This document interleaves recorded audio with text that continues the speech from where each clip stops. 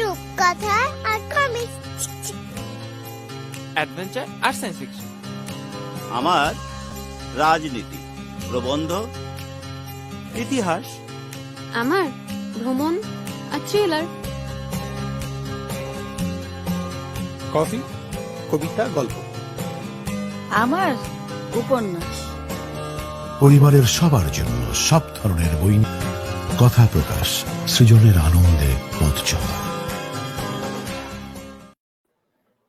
Hello সবাই, চলে এলাম জাভেদ পারভেজ। চলছে রকমারি ক্যারিয়ার কার্নিভাল, আজকে তৃতীয় দিন। গত দুদিনের মতো আমি আজকে আপনাদের সামনে একজন নতুন কোন ক্যারিয়ারের মানুষকে, স্বনামধন্য মানুষকে আপনাদের সামনে উপস্থাপন করব। নানা প্রশ্নের মাধ্যমে জানতে পারবো সেই ক্যারিয়ার সম্পর্কে, তার সাফল্যের ইতিহাস, এবং আমাদের নতুন মানুষরা যারা এখন চাকরিতে যাচ্ছেন, নতুন প্রফেশন খুঁজছেন কিংবা জীবনকে সাজাতে চাচ্ছেন, কিভাবে তার কাছ থেকে আমরা উপকৃত হতে পারি। আমরা যেমনটা জানি 19 থেকে 26 আগস্ট পর্যন্ত রকমারি ক্যারিয়ার কার্নিভাল চলছে, এবং এই সময়ে রকমারির ক্যারিয়ার বিষয়ক যে কোনো বইয়ে আপনি পাচ্ছেন 25 থেকে 50% পর্যন্ত ছাড়। এছাড়া এই সময় জুড়ে 30টারও বেশি বিভিন্ন ধরনের লাইভ এবং ওয়ার্কশপ চলছে, যাতে আপনারা আপনাদের ক্যারিয়ারকে সুন্দর করে সাজিয়ে নিতে পারেন। আজকে লাইভ চলাকালে লাইভে কমেন্ট করে আদর্শ প্রকাশনীর পক্ষ থেকে 10,000 টাকার বই পুরস্কার পেতে পারেন।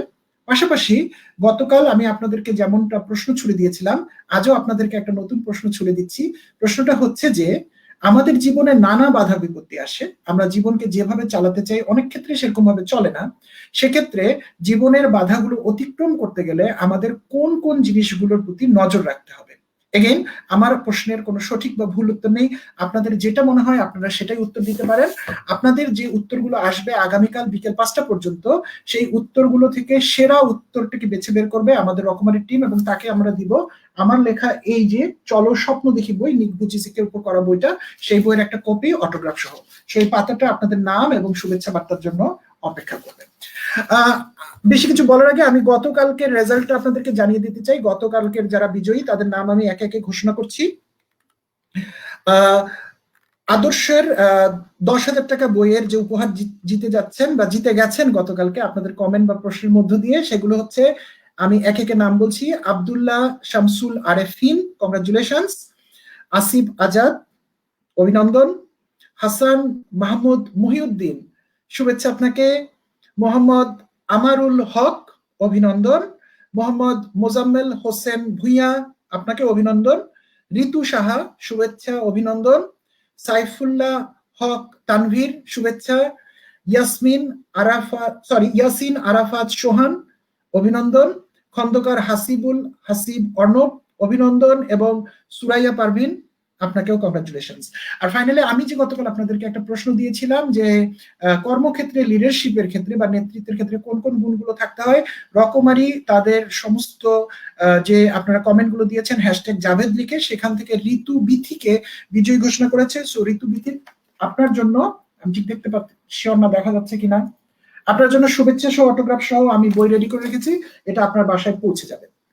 যেহেতু আপনারা অনেকেই অংশগ্রহণ করছেন এই সবগুলো কুইজ বা কোয়েশ্চেনের মধ্যেই বা কমেন্টের মধ্যে, সেহেতু রকমারি বেশ কিছু জায়গায় আপনাদের জন্য কিছু প্রাইজ বাড়িয়ে দিয়েছে।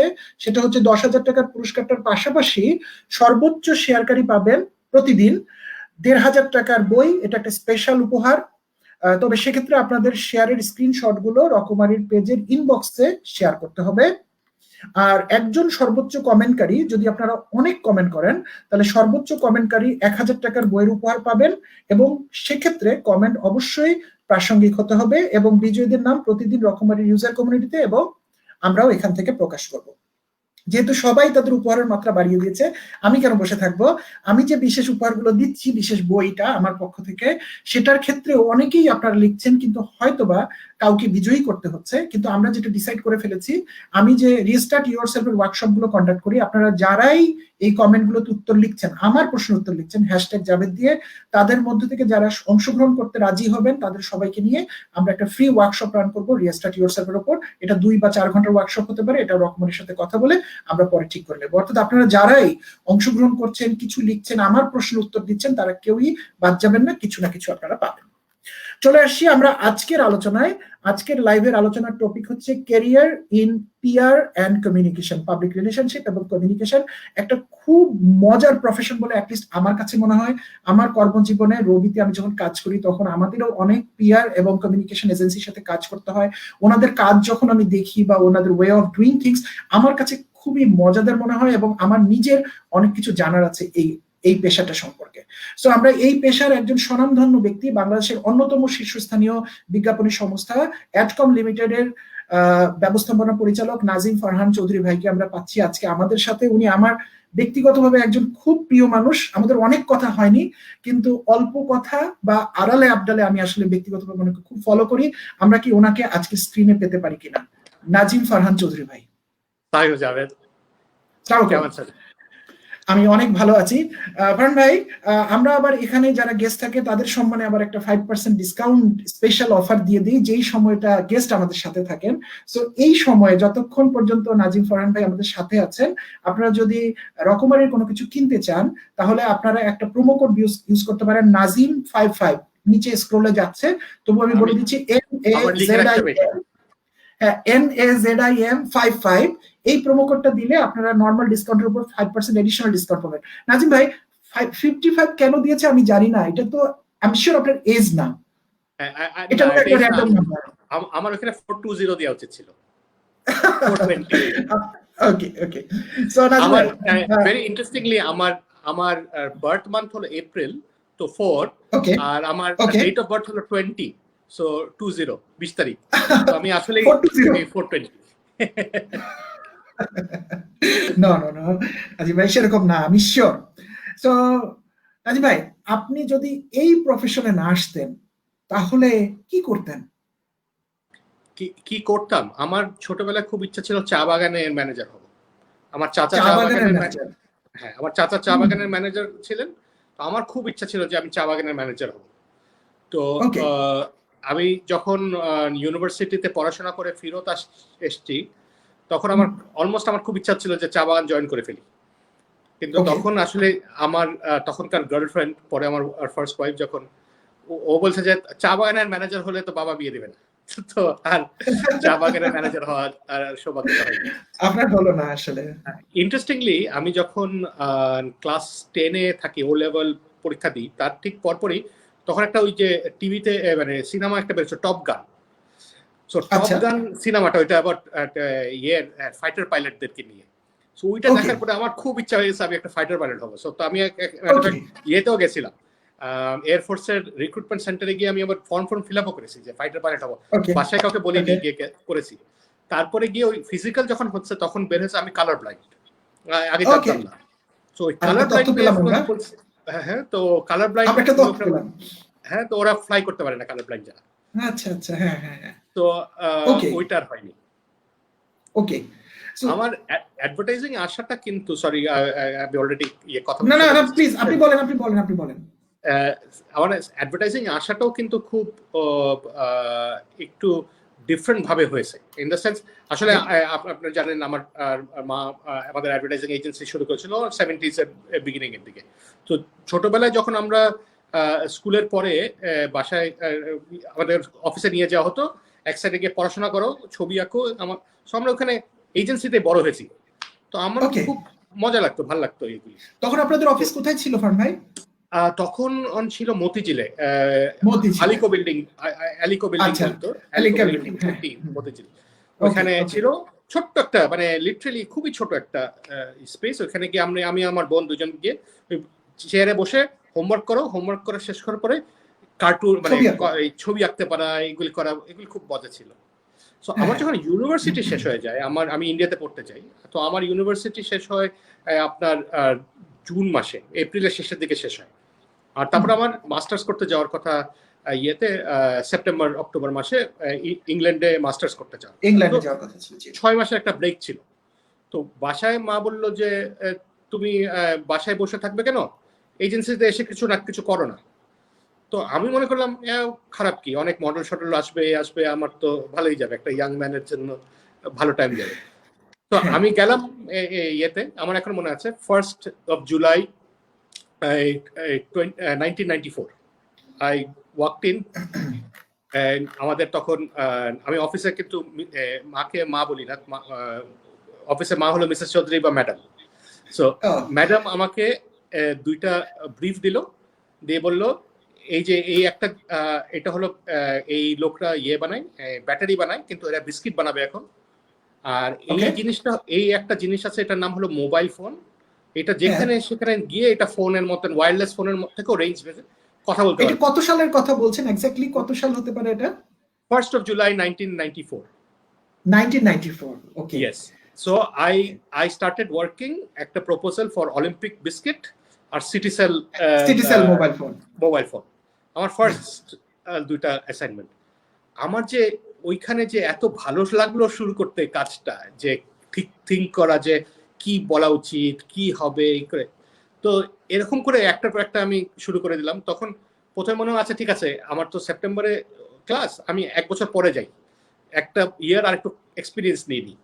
সো আমি আমার ডেফার করে 1 বছর আরো থাকলাম। আবার ওই বছর শেষ হলে বললাম আহা আরেক বছর করে দিই। এরকম করতে করতে দেখুন অলমোস্ট ক্লোজ টু 25-26 বছর হয়ে গেছে, আর মাস্টার্স করতে যাওয়া হয়নি।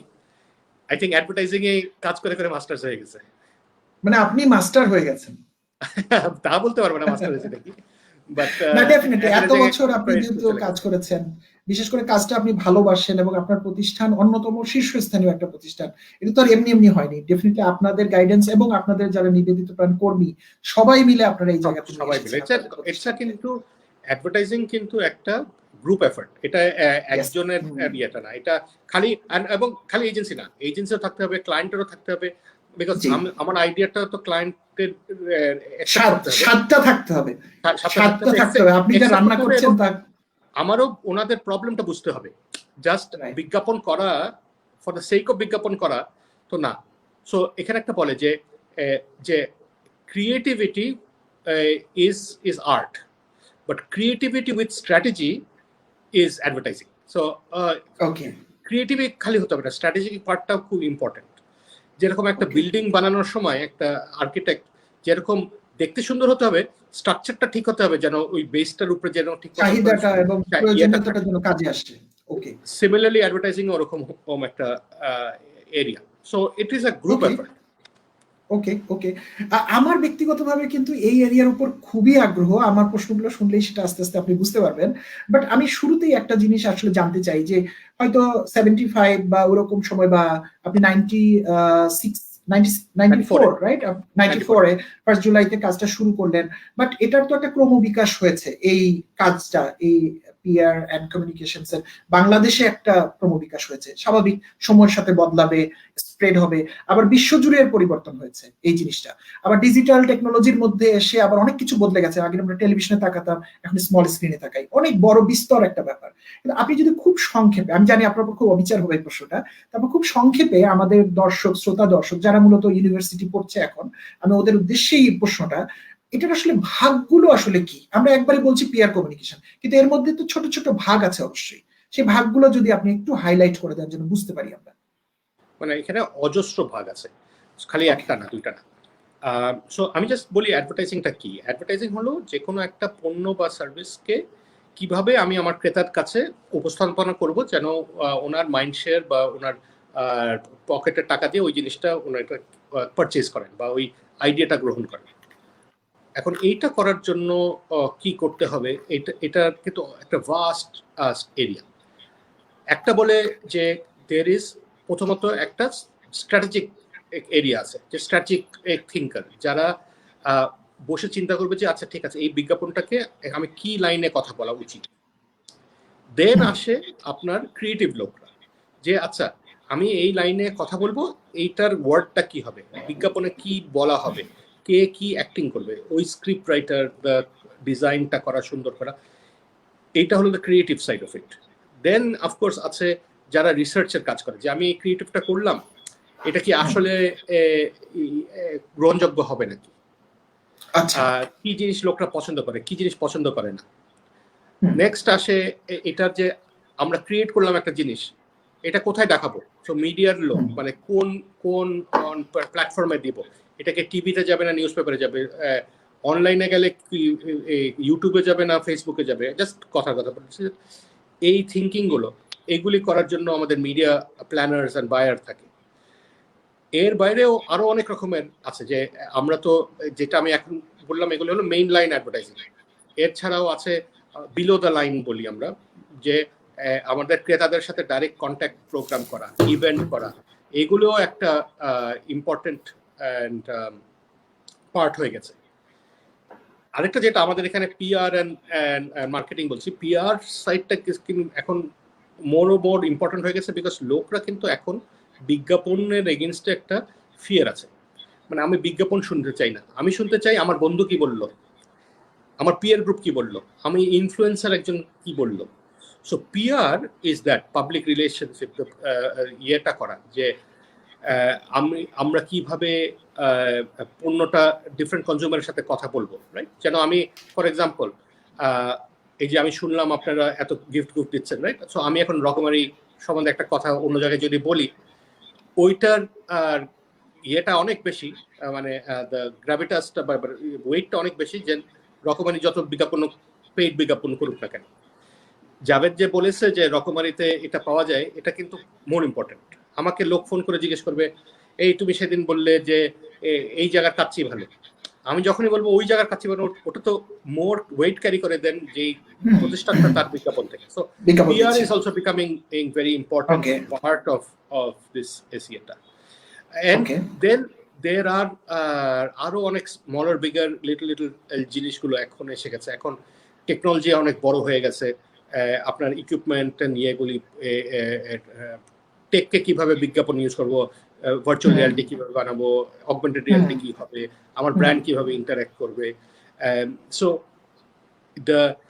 একটা জিনিস তারা এক জায়গায় পড়ছিলাম যে এই 5 বছর পরে 70% of the jobs in advertising যেগুলি থাকবে, ওইটা এখন নাই অ্যাডভার্টাইজিং এ। ওই পুরো চেঞ্জ হয়ে যাবে, the type of jobs change হয়ে যাবে in just 5 years time. So advertising is actually quite a fascinating into career, একটা যদি if you actually look at it. Okay great. আমি পুরোটা এখনো ধরতে পারি নাই, তারপর আমি আপনাকে খুব ফলো করলাম, কিছু বুঝেছি, কিছু বুঝি নাই, বাট আস্তে আস্তে হয়তো আরো একটু ক্লিয়ার হবে। তো আমার মনে হয় একটা ওয়ার্ড আমাদের মাথার সবার রেজোনেট করছে, আপনি যদিও একবার বা দুইবারই বলেছেন, কিন্তু আমার ধারণাটা শুরু থেকে শেষ পর্যন্ত আপনাকে দেখা মাত্র বা অ্যাডকমের কথা শোনা মাত্র এগুলো মাথায় এসছে, ক্রিয়েটিভিটি। আমি ব্যক্তিগতভাবে নিজেকে খুব বেশি ক্রিয়েটিভ মনে করি না, আমার কাছে মনে হয় আমি একটু গায়ের জোরে চলি। সো এই ক্রিয়েটিভিটিটার আসলে কতটুকু দরকার, বা ক্রিয়েটিভিটিটা ছাড়া কি এটা হতে পারে না, মানে এটা কি একদম শুধু ক্রিয়েটিভ লোকদেরই কাজ, না আমাদের কোনো আছে এখানে সুযোগ? প্রথমত ইউর ক্রিয়েটিভ, বিকজ তুমি ইউ've written a book, হ্যাঁ, বই লেখা তো একটা ক্রিয়েটিভিটি নিয়ে, যে আইডিয়াটা ক্রিয়েটিভিটি কিভাবে, একটা আইডিয়া হয়েছে যে আমি এইরকম একটা জিনিস আমি অবজার্ভ করছি, যেটাকে আমি কিভাবে ওইটাকে লিখে অন্য একজনকে জানাবো, এটাই তো ক্রিয়েটিভিটিটা, এটাই হলো রাইটিং স্কিলটা। বিজ্ঞাপনটা ইজ মোরলেস এই জিনিসটাই, যে আমার একটা ক্লায়েন্ট আছে যে একটা মোবাইল সার্ভিস দিচ্ছে, আমি একজনের সাথে আরেকজনকে কথা বলতে পারি মোবাইল নেটওয়ার্কে। এরকম তো 5 জন প্লেয়ার আছে বাংলাদেশে, আমি একজন থেকে অন্যজন কিভাবে ডিফারেন্ট হব? সো আমার তো একটা লেভেলে ওই প্রবলেমটা বুঝতে হবে, যে প্রবলেমটা কি হচ্ছে, ওইটার একটা ক্রিয়েটিভ ইন্টারপ্রিটেশন দরকার হবে। মানে আমি একটা দেখবো যে ওইটাকে আমি কিভাবে প্রকাশ করতে পারি, কিভাবে লিখতে পারি। এখন ক্রিয়েটিভিটিটা অনেক লেভেলে হয়। একটা তো ক্রিয়েটিভ হয় যে আমি আইডিয়া জেনারেট করব, কিভাবে আমি এই জিনিসটাকে কমিউনিকেট করব। আরেকটা হয় ক্রিয়েটিভিটি যে বসে অ্যাকচুয়ালি রাইটিং দ্য স্ক্রিপ্ট, সুন্দর করে যে লিখা।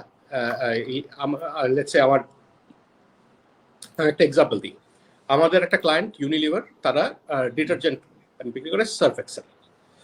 আমরা বিগিনিং এ যখন দেখতাম, আমরা দেখেছি সার্ফ এক্সেলের কি করে মারা ইউজ করে, ছেলেদের বাচ্চাদের সুন্দর কাপড় থাকবে, সুন্দর ফর্সা ব্রাইট কাপড়, ক্লিন থাকবে, এটাই বিজ্ঞাপন, সব বিজ্ঞাপনে দেখাতো।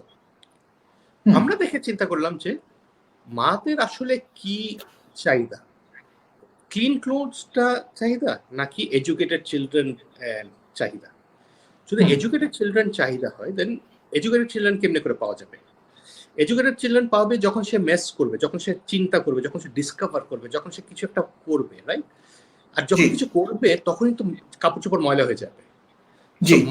মাদের ওয়ারি হলো কাপড়টা ময়লা হোক, আপনার ছেলে মেয়ে শিখছে।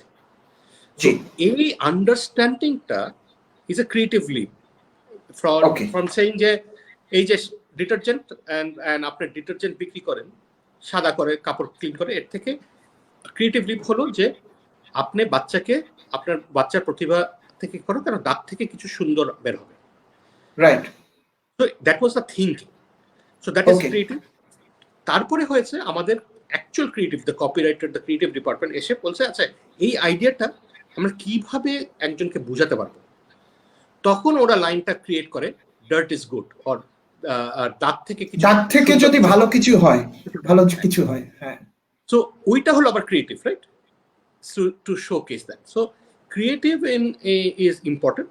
এটা কিন্তু খালি এই অ্যাডভার্টাইজিং এ সত্যি না, ক্রিয়েটিভিটি একটা ট্রেট হিসাবে কিন্তু সবারই থাকতে হবে।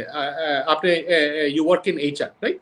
এইচআরও কিন্তু একটা ক্রিয়েটিভিটির ইয়ে আছে যে how do I inspire people, আমি যে কিভাবে একটা ইয়েকে এনগেজ করে রাখবো, right? So that is also very creative. So I think আমরা অনেক সময় মনে করি ক্রিয়েটিভিটি মানে হলো কবি নজরুলের মতন কবিতা লিখতে পারা ইজ ক্রিয়েটিভ, কিংবা এডিসনের মতো লাইট বানানো ক্রিয়েটিভ, বা স্টিভ জবসের মতো মোবাইল, অ্যাবসলিউটলি, অর আর্ট করা, এগুলি। বাট আমরা সবাই কিন্তু I think in our own ইয়েতে আমরা ক্রিয়েটিভ। আমরা ক্রিয়েটিভ কোথায়? আমরা creative in sense, for example আমি বলি, এইটা এখানে অনেক স্টুডেন্ট আছে, প্রেম করতে গেলে তো একটু ক্রিয়েটিভ হতে হয়, হ্যাঁ, একটা লাভ লেটার লিখতে হয়, আর একটা মেয়েকে পটাতে কিছু বলতে হয়, আর লুকিয়ে গিয়ে একটা কিছু ক্লাস ফাঁকি দিতেও কিন্তু ক্রিয়েটিভিটি দেখাতে হয়। আমরা সবাই চিঠি লেখা যায়, নাজিম ভাই অনেক রকমের চায়। আমি বলবো না কিভাবে চিঠি লেখা উচিত, ওগুলি অনেক বছর আগে করে ফেলেছি। বাট আই থিঙ্ক ক্রিয়েটিভিটিটা ইজ আমার সবার কাছে কিন্তু ক্রিয়েটিভিটি আছে, সবার কাছে এই জিনিসটা কিন্তু আছে। ইট ইজ দ্যাট আমরা ওই ট্যালেন্টটাকে কিভাবে আরেকটু কাল্টিভেট করতে পারি, আমরা কিভাবে ওইটা একটু মোর রেকগনাইজ করতে পারি যে এটা আমার কাছেও ক্রিয়েটিভিটি আছে। Say for example you're said আমি ক্রিয়েটিভ না, but you're wrong, you are very creative, right? So এখানেও কিন্তু একটা সেলফ অ্যাকচুয়ালাইজেশনের জায়গাটা আছে। Okay, so I am feeling better আসলে। আর একটা জিনিস বলি যে যেহেতু আমরা দুই জায়গা থেকে কথা বলছি এবং টেকনোলজি সাপোর্ট, একটু হয়তো কথাবার্তা ওভারল্যাপ হয়ে যাচ্ছে, প্লিজ বিয়ার উইথ ইট, এবং আপনি আপনার কথা বলতে থাকবেন। হ্যাঁ, আমি অনেক সময় তো একটু কানেক্ট করতে চাচ্ছি, ওটাতে সামনাসামনি বসলে সুন্দর হতো, কিন্তু এখানে একটু ওভারল্যাপ হয়ে যাচ্ছে। আমাকে যে কোনো সময় স্টপ মি, ইফ মনে হয় ক্লারিফিকেশন স্টপ। আপনার কথা শোনার জন্যই বসছি, এবং আপনি যখন বলছিলেন দাগ থেকে যদি ভালো কিছু হয়, তা আমি বলছিলাম যে অনেকে হয়তো আমাদের এখানে ঢুকতেছে, বের হয়ে চলে যাচ্ছে, ভাবছে কি আবল তাবল গল্প করছে। তা আমি ভাবলাম একটা ট্যাগলাইন হতে পারে যে গল্প থেকে যদি ভালো কিছু হয় সেটাই তো চলুক। কিছুটা ক্রিয়েটিভিটি বের হচ্ছে আমার। এটা কিন্তু সত্যি, মানে আমাদের কিন্তু অনেক ঝামেলা, অনেক কিছু সলভ হয়ে যায় যখন আমরা কমিউনিকেট করি। অনেক সময় হয়ে যায় আমরা কমিউনিকেট করি না, আমরা নিজের কথা বলি, নিজের কথাই শুনি, অন্য কি বলছে শুনছে, এইটা আমাদের টাইম নাই। বাট আমাদের তো দুইটা কান একটা মুখ, রাইট? আমাদের ডাবল শুনতে হয় বলার থেকে, রাইট? আমরা এই জিনিসটা মিস করে ফেলি বলেই আমরা অনেক সময় এই অনেক প্রবলেমস গুলোকে অনেক ডিফিকাল্ট করে ফেলি। যখনই আমরা কমিউনিকেট করতে শুরু করি, when we talk, তখনই কিন্তু লট অফ আমাদের কিন্তু আমি বলবো 70-80% আমাদের প্রবলেম কিন্তু সলভ হয়ে যাবে যখন আমি কমিউনিকেট করছি, সেকেন্ড আমি বুঝতে পারছি আপনি কেন একটা জিনিস করছেন, আমি কেন একটা জিনিস করছি, আমাদের মোটিভেশন কি, আমাদের ট্রিগার পয়েন্টস গুলি কি, এইগুলি যদি যখন জানতে পারি, এইখানেই কিন্তু ইয়েটা হয়। সো অ্যাডভার্টাইজিং ইজ আন্ডারস্ট্যান্ডিং এই কমিউনিকেশন ফিল্ডটা, যে আমি ক্রেতাকে কি বলবো, ক্রেতা আমার ব্র্যান্ডের সাথে কি কথা বলবে, আমি বলতে ব্র্যান্ড কি বলবে ক্রেতাকে, ক্রেতা ব্র্যান্ডের সম্বন্ধে কি বলবে, এইটা কমিউনিকেশন। যখন আমি বুঝতে পারি ক্রেতা কেন একটা জিনিস চাচ্ছে ওর চাচ্ছে না, ওর করছে কি করছে না, এবং ক্রেতা যখন জানতে পারছে ব্র্যান্ড কেন আমার কাছে কি দিতে চাচ্ছে কি দিতে চাচ্ছে না, কেন টাকা চাচ্ছে কি চাচ্ছে না, এই কমিউনিকেশনটা যখন রাইট হয়, তখনই কিন্তু ব্র্যান্ড গুলো গোস বিয়ন্ড জাস্ট Click করে। সেলস থেকে আসলে ব্র্যান্ড হয়ে যায়। Brand correct. ব্র্যান্ড হওয়া কিন্তু কিন্তু একটা বিরাট জিনিস, একটা ব্র্যান্ড হওয়া। জাস্ট ব্র্যান্ড হওয়া কিন্তু একটা নাম না। ব্র্যান্ড হওয়া হলো একটা পার্সোনালিটি থাকা, একটা ভ্যালু থাকা, যে যখন কেউ শুনবে জাভেদ পারভেজ তখন দে উইল নো যে আচ্ছা জাভেদ পারভেজ মানে হলে উনি হলেন এই জিনিসটা, this is what the brand says. এখন জাভেদ পারভেজ যদি হঠাৎ করে হেভি মেটাল মিউজিক দিয়ে অন্যান্য করতে শুরু করে, that doesn't match with Javed পারভেজের পার্সোনালিটি।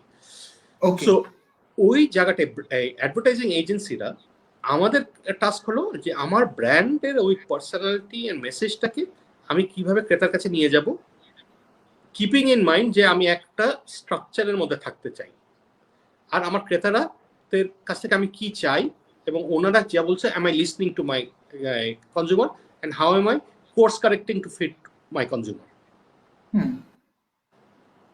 ওকে, তবে আপনার এর আগের প্রশ্নের উত্তরে আপনি একটা কথা বলেছেন, আমার মনে হয় সবাই ওখানে টিউন হয়ে বসে আছে, ওটা সবাই জানতে চায়।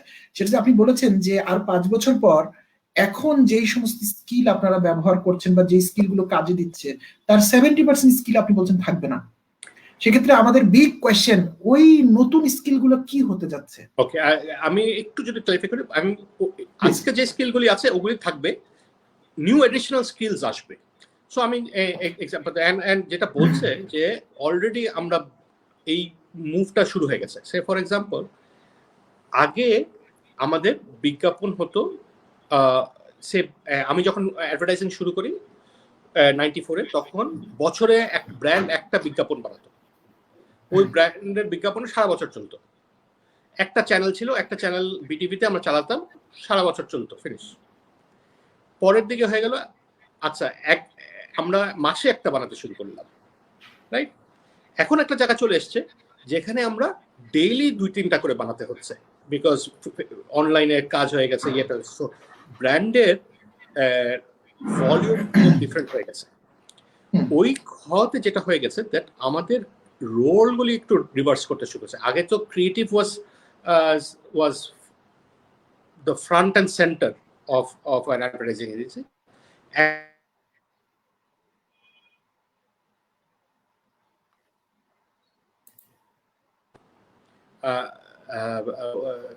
মাইন্ডসেটটা কোথায়, how to take it forward. The analytics এর জায়গাটা has become very big. Data science has become very big. Computer science has become very big. So আমরা or even anthropology, psychology, এগুলি কিন্তু অ্যাডভার্টাইজিং, সোশ্যাল সায়েন্স গুলো এগুলি কিন্তু very important হয়ে গেছে। সো এই স্কিলস গুলো যাদের কাছে আছে, these people were going to start doing much better advertising than আগের থেকে। বাট অ্যাডভার্টাইজিং একটা খুব ইন্টারেস্টিং এরিয়া। অ্যাডভার্টাইজিং এ কিন্তু কোনো একটা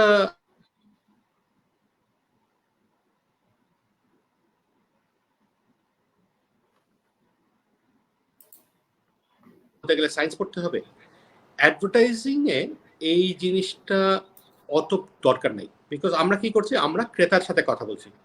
ক্রেতা তো সবাই বিবিএ, ক্রেতারা সায়েন্স পড়েছে, বিবিএ পড়েছে, ভার্সেটাইল পড়েছে, কেউ পড়েনি, কেউ ওল্ডার, কেউ ইয়াঙ্গার, রাইট?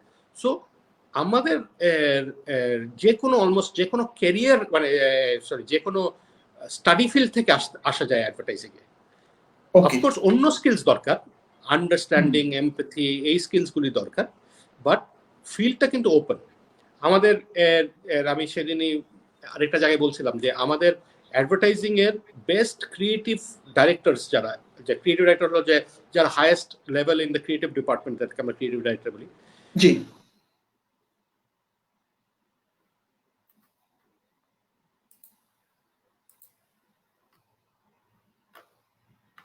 এই জায়গা থেকে আসছে। সো ইট ইজ ভেরি একটা ওপেন সর্ট অফ ক্যারিয়ার, যেখানে সব জায়গা থেকে আসবে। সো আপনার কেউ লিসনার যদি এখন অন্য কিছু পড়ছে, ডোন্ট গেট ডিসার্টেন যে বিবিএ নাই, আমি অ্যাডভার্টাইজিং করতে পারবো না। আই থিঙ্ক আমাদের অ্যাডভার্টাইজিং এর ওই অপোজিট প্রবলেম হয়ে গেছে, আমরা বেশি বিবিএ নিয়ে নিচ্ছি এখন, আমাদের এখন আরেকটু বেশি ডাইভার্সিফাইড লোকদেরকে নিতে হবে। আমি যখন আমার ক্যারিয়ার শুরু করি 94-এ, আমাদের অ্যাডভার্টাইজিং এজেন্সিতে আমি জাস্ট ইয়ে করি, ব্যাকগ্রাউন্ডে যারা ছিল, আমার হলো ইকোনমিক্সের ব্যাকগ্রাউন্ড, আমাদের একজন ছিলেন অ্যানিমাল হাজবেন্ডারি পড়ে এসছে, there was a geologist, there was a pilot, there was a national level shooter ছিল, রাইফেল শুটার ছিল আমাদের খালি এজেন্সিতে। কেউ এসছে চারুকলার থেকে, কেউ এসছিল সায়েন্স ব্যাকগ্রাউন্ড থেকে। সো অ্যাডভার্টাইজিং কিন্তু is one of those career যেখানে অনেক ডাইভার্স ব্যাকগ্রাউন্ড থেকে লোকরা আসতে পারে। ওকে, এই রিলেটেড আরেকটা প্রশ্ন মাথায় ঘুরছে আমার, যেমন যে কেউ যদি আগ্রহ প্রকাশ করে যে আমি এই ফিল্ডে কাজ করতে চাই, ডেফিনেটলি আপনার একটা স্ক্রিনিং এর ভেতর দিয়েই তো দেখবেন যে সেই মানুষটার ভিতর বেসিক জিনিসটা আছে কিনা, থাকতেই হবে। আবার কালচার ফিটও দেখবেন অবশ্যই, কারণ লোকটাকে তো অ্যাডপ্ট করতে হবে, সেটা অ্যাডকম হোক বা যে কোনো সংস্থা। এখন যে কোনো একটা মানুষ যদি মনে করে আমার ভিতর কি কি থাকলে আমি মিনিমাম এই প্রতিষ্ঠানটার সামনে গিয়ে দাঁড়াতে পারি, এরকম কোন কোন গুণাবলী বা কোন কোন জিনিসগুলো যদি নার্চার করে কেউ, তাহলে আপনি বলবেন সে is primarily she is in line or he is in line? She has to understand and check একটা ব্র্যান্ড আর কনজিউমারের সাইকিটা বুঝতে চেষ্টা করতে হবে। এক, এমপ্যাথি থাকা দরকার, এমপ্যাথিটা কিন্তু খুব ইম্পর্টেন্ট হয়ে গেছে। একজনের পেশেন্স থাকা দরকার, তার আন্ডারস্ট্যান্ডিং কিভাবে আমি রিসার্চ করে ডিসকভার করবো, এটা ইম্পর্টেন্ট জানা। আর আরেকটা জিনিস যেটা আমার কাছে আনফরচুনেটলি অনেক ল্যাকিং দেখছি আজকাল, লোকরা ইনাফ বই পড়ে না। আমি জানি আমাদের আজকের ভিউয়াররা, বিকজ রকমানির প্রোগ্রাম বলে মোস্টলি অনেকে রিডার আছে, বাট ইন জেনারেল লোকরা এই জিনিসটা খুব কমে গেছে, আমি ছেড়ে দিয়েছে। আমাদের অ্যাটেনশন স্প্যান ছোট হয়ে এসছে সোশ্যাল মিডিয়া এগুলির জন্য, আমরা বসে লম্বা বই পড়ি না। আমাদের এই থার্স্ট ফর নলেজটা খুব দরকার, বিকজ অ্যাডভার্টাইজিং হলো, আমি সবসময় বলি আমাদের নতুন যে আসে, যে one of the first things in advertising you need to learn is কিভাবে স্টিল করা যায়, কিভাবে চুরি করতে পারবো। চুরি করবো মানে কি, আমি যখন আইডিয়াস নিব, আমি যখন একজনের ক্রস ফার্টিলাইজেশন করতে পারবো, যে আমি বব ডিলানের ওই গানের লিরিক, আমি যদি রবি ঠাকুরের এই কবিতার ইয়েটা, আমি যদি প্রিমা আন্দালিপের ওই আর্টটা, আমি যদি জেমসের এই মিউজিকটা, আমি যদি আইনস্টাইনের ওই লাইটের কথা, আমি যদি স্টিভ জবসের এই জিনিসটা, এই থিঙ্কিংগুলো যদি আমি একটা জায়গায় আনতে পারি, তখনই কিন্তু আমাদের আন্ডারস্ট্যান্ডিং অফ আমাদের world becomes much more. So আমাদের অ্যাডভার্টাইজিং এ পার্টিকুলারলি আমার এজেন্সিতে ওয়ান অফ দ্য থিংস আমরা খুবই দেখি, ওয়ার্ল্ড ভিউটা কি আছে, পড়ার বাইরে কি জানে লোক, এর বাইরে কি জানে, জেনারেল নলেজ না, just not knowledge for the sake of knowledge, যে জানা আচ্ছা পানিপথের যুদ্ধে এটা হয়েছে, পানিপথের যুদ্ধে এটা হয়েছিল, ওইটা না, বাট মানে ইয়েটা কি, মানে you know why does let's say American Black Lives Matter কেন, মানে এটার মানে কেন, এই ওয়ার্ল্ড ভিউটা দরকার। Or probably that person can have some clarification or understanding. That can be wrong, but তার একটা philosophy থাকতে হবে, তাকে explain করতে হবে। Exactly, যে ওর একটা philosophy থাকবে, রাইট অর রং, কেউ রাইট আর রং না, ব্যাপার না। আমি যদি বিশ্বাস করি that আমার গ্লোবটা হলো round and you can think গ্লোবটা হলো flat, fair enough, you might be wrong, I might be right, but তোমার তো একটা রিজন রেশনাল আছে কেন ওই জিনিসটা খুঁজছি আমরা কিন্তু খুঁজছি না যে এসে বলতে পারবে যে ওয়ার্ল্ড ইজ রাউন্ড বিকজ আমাকে হ্যাঁ গ্যালিলিও বলেছে। তো গ্যালিলিও কি বলেছে আমি জানি, ওটা তো আমি জানি, এখন ইন্টারনেটে করলে কি বলতে পারবো গ্যালিলিও কি বলেছে, but why do you think it is round, that is important হয়ে গেছে। অ্যান্ড এই জিনিসটাই আই থিঙ্ক একটু মিসিং হতে শুরু করছে, লোকদের নিজেদের ওপিনিয়ন কমে যাচ্ছে।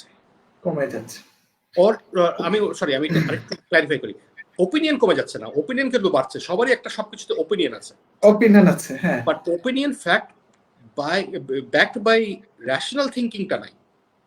ওকে, I follow your commentaries on cricketer সময়, I follow your commentaries on, I'm not a big cricket person, right? So আমি ইয়ে করি, but এই খেলাখুলা হলে you put up different people put up little on ক্রিকেটের কমেন্ট্রি কেন, অনেক কিছু শিকার আছে, জানার আছে, because you are not just saying যে এই লোকটা ভালো এই লোকটা খারাপ, দেন ইউ অলসো আন্ডারস্ট্যান্ড যে কেন you are thinking, you might be totally wrong. ওই জিনিসটা আই থিঙ্ক আমাদের লিসনার্স যদি এই জিনিসটা শুরু করতে পারে যে অন্যদের এক study what rest of the world is saying, doing, thinking, খালি আমার লাইনে না, যেরকম আমি এক রকমের ফিলোসফিতে বিশ্বাস করি, ওই ফিলোসফির রিডিং আমার পড়তে হবে, আমার অপোনেন্ট ফিলোসফিতে কি বলছে ওদেরটা পড়তে হবে, বিকজ আমার দেন দুইটার পরে আমার নিজের একটা লাইনে আসতে হবে যে দিস ইজ হোয়াট আমি বিলিভ করি আমার এই রিজনের জন্য।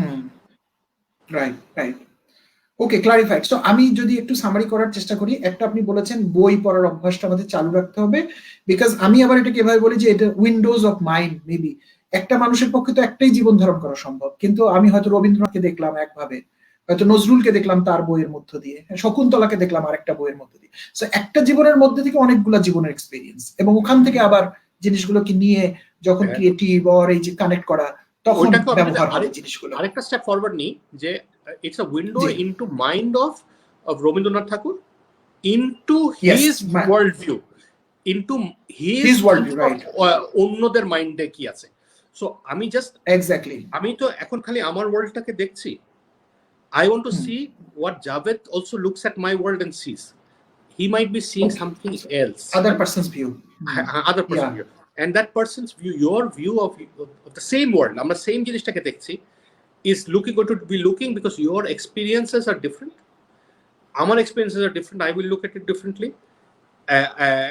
আমার বান্ধবীর experiences are different, she will look at it differently, আমার মার different, আমার খালার different, so that is I think ওই জায়গাটাই when আমরা যখন রিড করি তখনই আমার ওয়ার্ল্ডটাকে আমি বেটার জানি, because I can look at different people looking at it differently. Right. So এইখানে আপনি ইমপ্যাথিটাও এনেছেন, যে ইমপ্যাথি না থাকলে আসলে আরেকজনের ভিউ পয়েন্টটা আমি দেখবই না, হয়তো আমি ওটা নিয়ে হয়তো যুদ্ধ শুরু করে দিব, ওটা আমার কাছে যদি এটা প্রতিকূল হয় আমি গ্রহণই করতে পারবো না। সো রাদার আমি অনেক ওপেন থাকবো, আমি যদি আরেকজনের ভিউ পয়েন্টটা বুঝি, মেনে নেওয়ার দরকার নাই, কিন্তু অ্যাট লিস্ট মেনে নিতে হবে না, এমপ্যাথি থাকতে হবে, because I need to understand, empathy থাকতে হবে, আমার নন জাজমেন্টাল হতে হবে। আমরা অনেক বেশি জাজমেন্টাল হয়ে যাই সবকিছুতে, আহা জি তুমি এটা কেন করলে, ওর কেন এটা বললো, সে এটা কেন করলো, রাইট? জাস্ট বিকজ সামবডি কিছু একটা বলেছে doesn't make it truthful, right? Right right. আমাদের জাস্ট বিকজ সে মাকসুদ রবীন্দ্রনাথের গানকে ডিফারেন্ট ভাবে টিউন করেছে, doesn't mean I like that song, but I should be open to him experimenting with it and listening to it. I will reject it. But আমাদের হয়ে গেছে আমরা খুব পিওরিস্ট হয়ে যাই, জাজমেন্ট করতেই পারবা না, ওইটা করতে পারবা না, তুমি এটা কেন মনে করছো, তুমি বোকা, তুমি এই, তুমি ওই, তুমি সেই। হ্যাঁ, ও বোকা হতে পারে, মানে সে বোকা হতে পারে, কিন্তু তার তো একটা পয়েন্ট অফ ভিউ আছে। আর যতক্ষণ আমরা এই কনভারসেশন গুলি করি, এই আন্ডারস্ট্যান্ডিং গুলিতে আনি, দেন কিন্তু আমাদের কিন্তু ওই ওয়ার্ল্ড ভিউটা হয়ে যায়, খুব লিমিটেড হয়ে যায়। যে ফর এক্সাম্পল আমি কিন্তু প্রেসিডেন্ট ট্রাম্পের কথা কিন্তু অনেক পড়ি, দেখি, করি, because I want to C how is his mind thinking. আমি কিন্তু I think his not a stupid লোক, সে কিন্তু ইন্টেলিজেন্ট আছে, সে অনেক উল্টাভাবে জিনিসকে করে, but I want to see his thinking. I don't agree with him, but আমি এখন বেটার জানি যে কেন সে ওই জায়গাটায় আসছে। তো এই অনেকে খুব ডিসমিসিভ হয়ে যায়, জাজমেন্ট হয়ে যায়, ও প্রেসিডেন্ট ট্রাম্প খারাপ, সো আমি ওর কথা কোনোটাই শুনবো না, কিছুই শুনবো না। So it has become very ওই আমি আমার নিজের লিটল কন্ডিতে থাকি, এন্ড আমি ওই জিনিসটা একো চেম্বারে সেম জিনিস শুনি, এন্ড আমি হ্যাপি। একটু আনকমফোর্টেবল হতে হবে, একটু আউট অফ দ্য ইয়েতে যাবে। And books are one of the best place যেখানে through which you can do, because in books people are unguarded. Right. Okay. So আপনার দুটো জিনিস আমি পেয়ে গেছি। আরেকটা জিনিসও আপনি বলেছেন, সেটা আমার ভাষায় বলতে চাচ্ছি ক্রিটিক্যাল থিঙ্কিং, অর্থাৎ যে কোনো একটা জিনিস আমি দেখার সাথে সাথেই এগেইন জাজমেন্ট চলে আসে। একদম আমরা দেখি ফেসবুকে কিন্তু অনেক পোস্ট আমরা না বুঝে শেয়ার করে ফেলি, বিকজ সামবডি ডিড ইট, আমি তাকে পছন্দ করি, আমি দিয়ে দিচ্ছি। এবং এটা অনেক ধরনের ভয়ঙ্কর রেজাল্টও হয়ে গেছে এই সব করতে গিয়ে, না বুঝে এই যে শেয়ার করে দেওয়া এবং ইত্যাদি। So some sort of critical thinking, আপনি বলতে চাচ্ছেন যে একটা জিনিস পড়লাম, আসলে কি বলতে চাইলো, এটা আন্ডারলাইন মিনিংটা কি, এটা আমি ডিসএগ্রি করতে পারি, এগ্রি করতে পারি, বাট এটা আমার পছন্দের মানুষ দিয়েছে জন্য আমি এটার পক্ষে নেমে গেলাম, কিংবা আমার অপছন্দের মানুষ হলো ওই জন্য আমি রিজেক্ট করে দিলাম, এরকম না, some sort of openness. Absolutely. I mean one of the যেটা আমার খুব হয়, লোকরা যে আইনস্টাইনের কোট, গান্ধীর কোট, এই কোট সেই কোট ধাম ধাম ধাম ধাম করে কোট মেরে দেয়। দেন আমি লাইক, হ্যাঁ এটা গান্ধী কেমনে করে বলবে?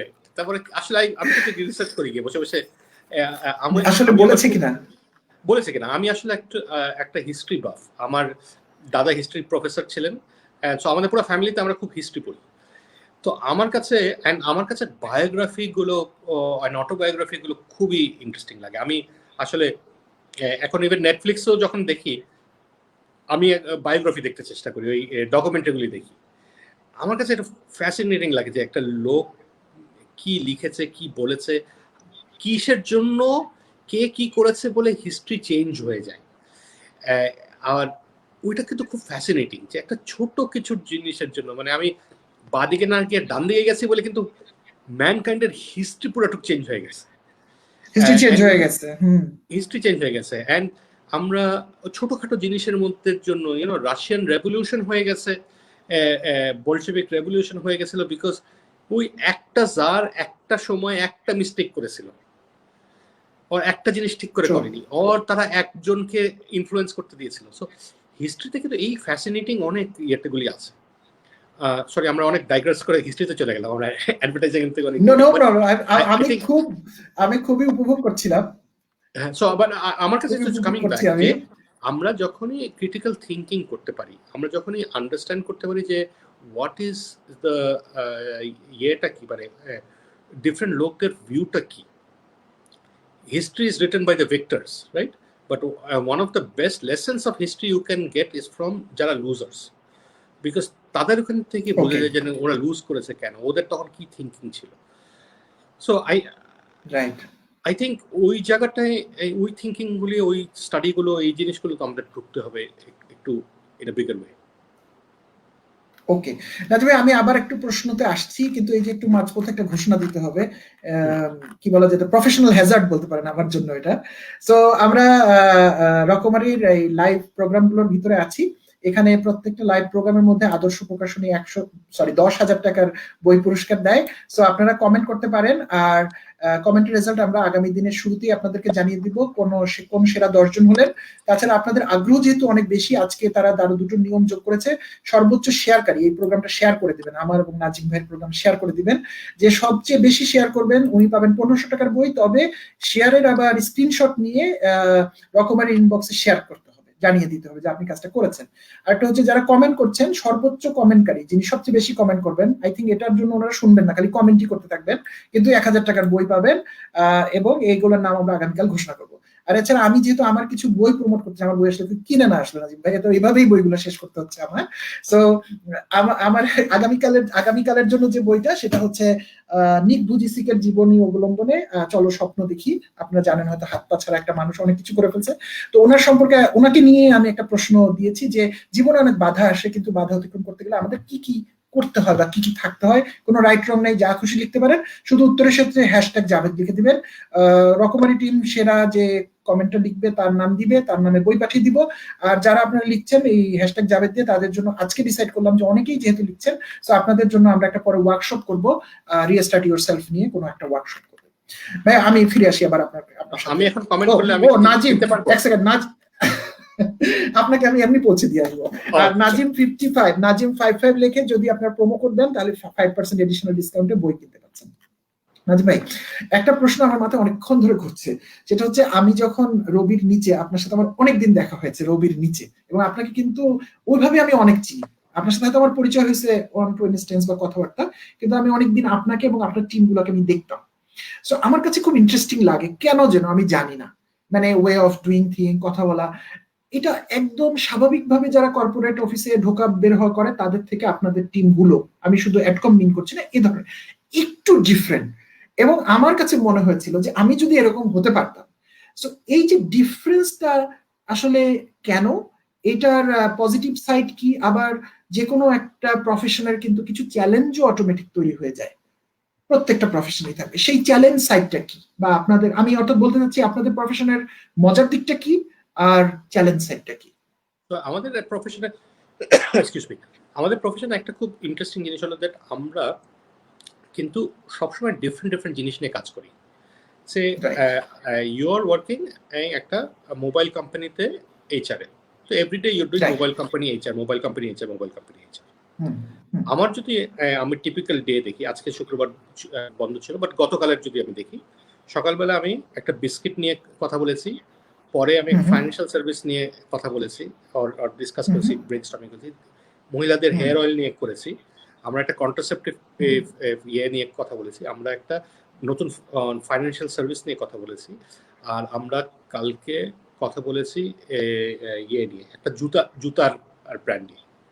সো জাস্ট অ্যাডভার্টাইজিং এ আমার কিন্তু every day I am not a master of one ইয়ে, আমার Jack of many businesses. So আমার জানতে হয় জুতার বিজনেসে কি হচ্ছে, আমার জানতে হয় কন্ট্রাসেপটিভ বিজনেসে কি হচ্ছে, আমার জানতে হয়।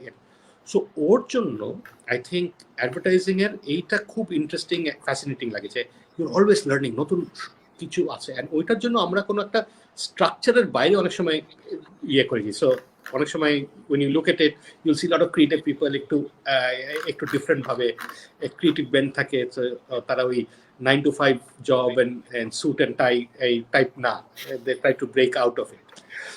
Right. I think that comes out, and ওইখানেও অনেক advertising tends to be একটু younger sort of a profession. So I think আমাদের এজেন্সির মানে অ্যাভারেজ এজ 27 or 28. সো একটু ইয়াঙ্গার লেভেল হয়, তো ইয়াঙ্গার পিপলের মোর বাজ ইয়ে থাকে, সোয়াদ থাকে, এগুলির জন্য। So that's the good side. Bad side of the profession হচ্ছে যে আমাদের particularly lot of the time আমরা খুব হাই পেসড, হাই মানে শর্ট ডেডলাইনের কাজ করি। আমার বিকজ আমার যদি আমি বিজ্ঞাপনটা না নামাই, আমার ক্লায়েন্ট প্রোডাক্টটা মার্কেটে না নিতে পারে, তার মানে অনেক লস হয়ে গেছে। যে একদিনে যদি আমি সেল না করি আমার অনেক লস। সো আমি যত তাড়াতাড়ি মার্কেটে যেতে পারবো তত তাড়াতাড়ি আমার ক্লায়েন্টের লাভ, তত তাড়াতাড়ি। তো আমাদের আনলাইক যেরকম আর্টিস্ট বা রাইটার যে 3 বছর ধরে একটা বই লিখতেছে, আমাদের তা না। আমি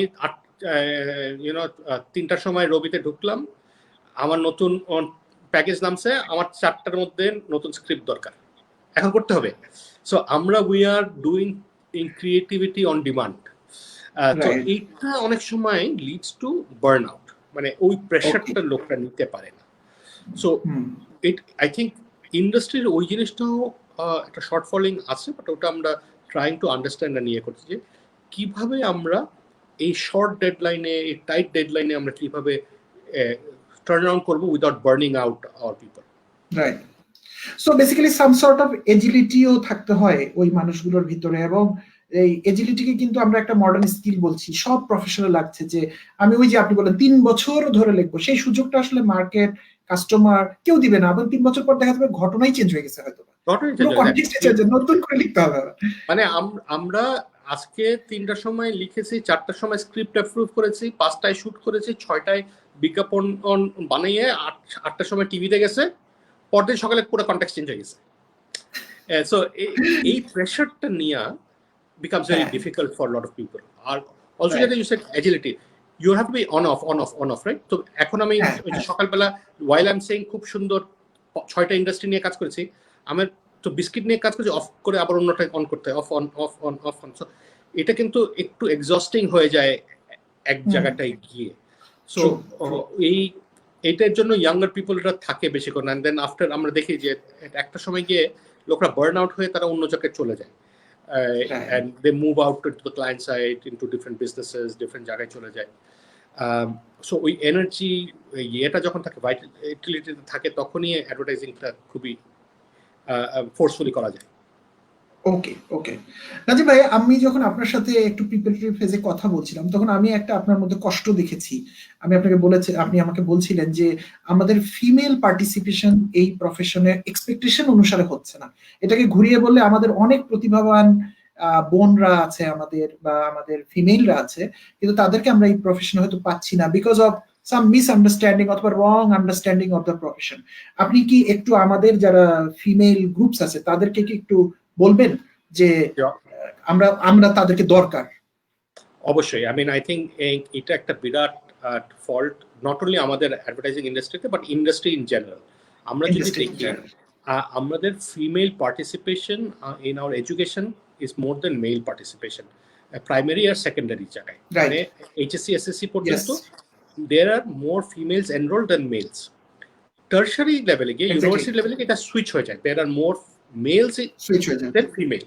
কিন্তু তাও if you actually look at যারা রেজাল্ট যারা ভালো করছে, you will see the top result of females.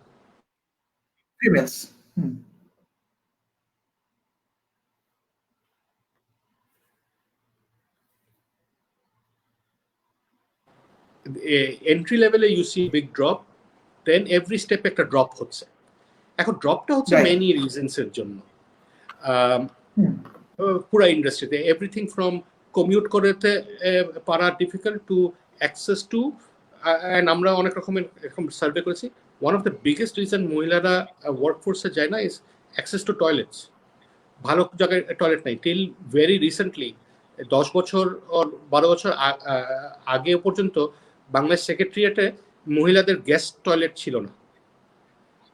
So এরকম মানে আমাদের ওই জিনিসটা যে আমি একটা জায়গায় যাবো একটা করবো এটা নাই। So I am saying that every স্টেপে গিয়ে there is a drop. Now advertising as an industry এটা আরো অ্যাগ্রিভেটেড।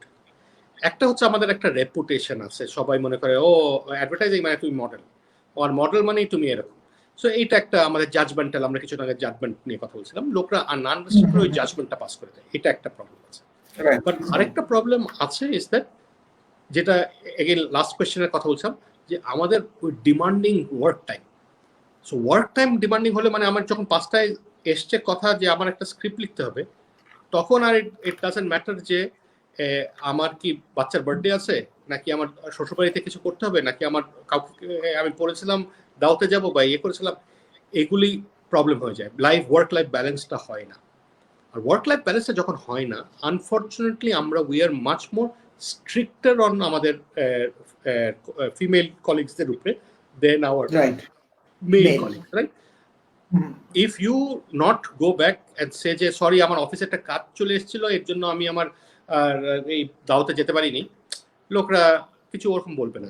But if your wife had said it, তখন কিন্তু একটা বিরাট ডিল হয়ে যাবে যে এটা তো কি তোমার তো ডিসাইড করতে হবে। সো এইটা অ্যাডভার্টাইজিং এ বিকামস ভেরি অ্যাকিউট। সো এটা হলো দ্য ব্যাক সাইড। এখন এইটার জন্য যেটা হয়ে যাচ্ছে যে আমাদের women's voice in our advertising কমে এসছে। সো কালকে আমরা হেয়ার অয়েল নিয়ে কথা বলছি, আমরা 8 জন লোক ছিলাম talking about hair oil to female কনজিউমারের কাছে বিক্রি করবো। 8 জনের মধ্যে 8 জনই আমরা পুরুষ মানুষ ছিল, মেল। সো আমাদের how do I get a good perspective on it, আমি তো মহিলা না আসলে কিভাবে পার্সপেক্টিভটা পাবো? সো আমাদের অ্যাজ এ ইন্ডাস্ট্রি এটা কালচারটা কাল্টিভেট করতে হবে, এটা আমরা মিসিং করি। কোভিডের একটা বিরাট ফল আউট, আই হোপ, আমি প্রে করছি যে অনেক রকমের ডিজাস্টার হচ্ছে, বাট একদিকে তো সিলভার লাইনিং থাকে। একটা সিলভার লাইনিং হচ্ছে আমাদের ওয়ার্ক ফ্রম হোম জিনিসটা এখন আমরা অনেকটুকু ইউজড হয়ে গেছি, যে আমরা এই যে শোটা করছি ওয়ার্ক ফ্রম হোম। নালে আগে কি হতো, আমার 2 দিন আগে টিভি স্টেশন যেতে হতো, বসতো, you and I had to find some time to meet. আমরা কি করলাম, কিছুদিন আগে অনলাইন কথা বলে ফেললাম, মিটিং শেষ করলাম, আজকে আসলাম, হয়ে গেল, right? So work from home has become a regular feature হয়ে যাবে আমাদের। যখনই work from home regular feature হয়ে যাবে, তখন আমাদের যেই ফিমেল মেধাবী ফিমেলস যারা took a break to raise a family, to find work life balance, কমিউটের জন্য আমি বের হবো না, আমি আমার হ্যারাসমেন্ট হয় কমিউটের সময়, এইগুলির জন্য ওই পুলটা খুলে যায়। দেন আমরা we can get into and say যে you don't have to come to my office, তুমি বাসায় বসে তুমি কাজ করো, আমাকে স্ক্রিপ্টটা দিলেই তো হলো। আমি how does it matter where the script is written? Is it written in an office in Tezga? Is it written in ঠাকুরগাঁওতে একটা গ্রামের মধ্যে, নাকি মিরপুরে একটা ফ্ল্যাটের মধ্যে? Script is a script. So hopefully এই কোভিডের জন্য we will see an increase of female participation in workforce in general and in advertising in particular. Okay so আমি আসলে কোভিড এর জন্য আসলে একটা প্রশ্ন তৈরি করে রেখেছিলাম, বাট আপনি এটা টাচ করে গেছেন। সো আমি যদি আর একটু যেটা আপনি ফিমেল পার্টিসিপেশনের পয়েন্ট থেকে বলেছেন, এবং আমি আসলে প্রশ্নটা করার সময় আমার এটা বলা উচিত ছিল, যেটা আপনি কানেক্ট করেছেন, রাইটলি কানেক্ট করেছেন, এটা আমার একটু ভুলই হয়েছে করার সময়। অ্যাকচুয়ালি ফিমেল পার্টিসিপেশনটা অ্যাক্রস ইন্ডাস্ট্রিতেই কিন্তু কম। এটা শুধু যে আমার প্রশ্নটা শুনে মনে হচ্ছিল সব ইন্ডাস্ট্রিতে ওকে, শুধু অ্যাডভার্টাইজমেন্ট কিন্তু সব অর্গানাইজেশন এটা নিয়ে ভাবছে এবং স্ট্রাগল করছে। সো আপনি কয়েকটা দিক তুলে ধরেছেন, আমি জাস্ট একটা দুইটা আমাদের রিসার্চ থেকে এসেছে যে আমাদের কতগুলো লাইভ ইভেন্ট হয়, যেমন বিয়ে হয়, সন্তান হয়, এবং এর প্রত্যেকটা ক্ষেত্রে দেখা যায়, আপনি রাইটলি বলেছেন, ছেলেটাকে না যতটুকু পরিবর্তনের মধ্য দিয়ে যেতে হয়, ফিমেলটাকে অনেক বড় পরিবর্তনের মধ্য দিয়ে যেতে হয়। সো অনেক সময় হয়তো ম্যাটারনিটি লিভের পর আর আসলেই অনেকে আর ফিরে আসতে পারেন না, ওই যে বাচ্চার প্রতি যে তার দায়িত্বটা উনি, এবং মাতৃত্বকালীন একটা বিশেষ সময়ও কিন্তু যায়, ওটা একটা পুরুষের পক্ষে কোনোদিন এক্সপিরিয়েন্স করা সম্ভব না। সো এই জিনিসগুলো হোপফুলি নতুন কিছু আসবে কোভিড এর পরে। এই একটা তো আপনি সিলভার লার্নিং বলেছেন, এই যে আমরা হোম অফিস করছি, আর কি কোনো পরিবর্তনের ভালো দিক দেখেন যেটা পজিটিভলি শেপ করবে? কোভিড এর একটা জিনিস হয়ে গেছে যে কোভিডটা has allowed us to see যে আমার ওয়ার্ল্ডটা ইজ মোর দেন জাস্ট আমি যেটা করছিলাম। আমি বলতে কি বুঝাচ্ছি, দ্যাট এখন I can do anything anywhere in the world. আমরা সবাই আসলে কানেক্টেড। আমাকে যেভাবে ঢাকাতে কোভিড এফেক্ট করছে, নিউ ইয়র্কে ওকে লোকদেরকে এফেক্ট করছে, দিল্লিতে করছে, ওহানে করেছে, সব জায়গায় করছে, right? We are all connected হয়ে গেলে, আর কোভিডের সময় আমরা দেখতে পাচ্ছি যে আমাদের এখন অ্যাক্সেস টু ইনফরমেশন, আমাদের access to courses, access to learning কিন্তু অনেক আছে। এটা কিন্তু এখন আমি যেটাই শিখতে চাই আমি কিন্তু গিয়ে বের করে শিখে নিতে পারবো। সো আমার ফর এক্সাম্পল একটা প্যাশন আছে, এখন নতুন রিসেন্টলি আমি বের করেছি কুকিং, রাইট? আমি রান্না শিখছি, আমি ডিফারেন্ট জায়গায় রান্না ট্রাই করি। আমি পর্তুগিজ রাঁধছি, আমি টার্কিশ রাঁধছি, আমি রাঁধছি, রাইট? এগুলি আমি অনলাইনে গিয়ে ইউটিউব ভিডিও দেখে কিছুদিন ভালো করি, কিছু খারাপ করি। That world has open up. ওই ওয়ার্ল্ডটা যখনই ওপেন আপ হয়ে গেছে, ওই স্কিলসগুলি আমি যখন নিতে পারছি, আমি তো কুকিং এর কথা বললাম, but other people are learning data analytics, এগুলি সেগুলি এরকম শিখছে। দেন ইউ আর কম্পিটিং পুরো worldwide, and once you are competing worldwide, then it doesn't depend on বাংলাদেশে আমার কি স্কিল সেট আছে, কি আছে না, আমার কি চাহিদা আছে, কি চাহিদা। I can sell my work around the world. So আমি যদি আমাদের নিজস্ব ব্যবসাগুলি দেখি, আমাদের এর অনেক ব্যবসার মধ্যে আমাদের তো অ্যাডভার্টাইজিং একটা লাইন আছে, আমাদের একটা বড় আউটসোর্সিং কোম্পানি আছে, আমরা গ্রাফিক ডিজাইন আউটসোর্সিং এর কাজ করি, আমরা ওয়ার্ল্ডের অ্যাডভার্টাইজিং মার্কেটের ব্যাক এন্ড কাজগুলি আমরা এখানে করে থাকি। গ্রাফিক পিপল বলে আছে, দ্য কাউ কোম্পানি বলে আছে, এরকম 2-3টা আছে। সো আমরা দেখেছি যে এই লকডাউন বা এই কোভিড সিচুয়েশনে মার্চ থেকে আমাদের কিন্তু একটা বিরাট ইনক্রিজ ইন ওয়ার্কলোড হয়ে গেছে। আর এই ইনক্রিজ অফ ওয়ার্কলোড মিন্স আমরা উইভ অ্যাকচুয়ালি হায়ার্ড পিপল। এই ইয়ের মধ্যে আমরা লোক হায়ার করেছি, কোভিডের মধ্যে লোক হায়ার করেছি, বিকজ আমাদের ওয়ার্ক ভলিউম বেড়ে যাচ্ছে। সো আমরা কিন্তু এখন ওয়ার্ল্ড ওয়াইড জিনিসগুলি সাপ্লাই করতে পারছি, করতে পারছি। আমাদের আগের যে আমার বাংলাদেশে কি হচ্ছে ওইটা দেখা হচ্ছে না, এখন আমার ওয়ার্ল্ডটা হ্যাজ বিকাম মাচ বিগার।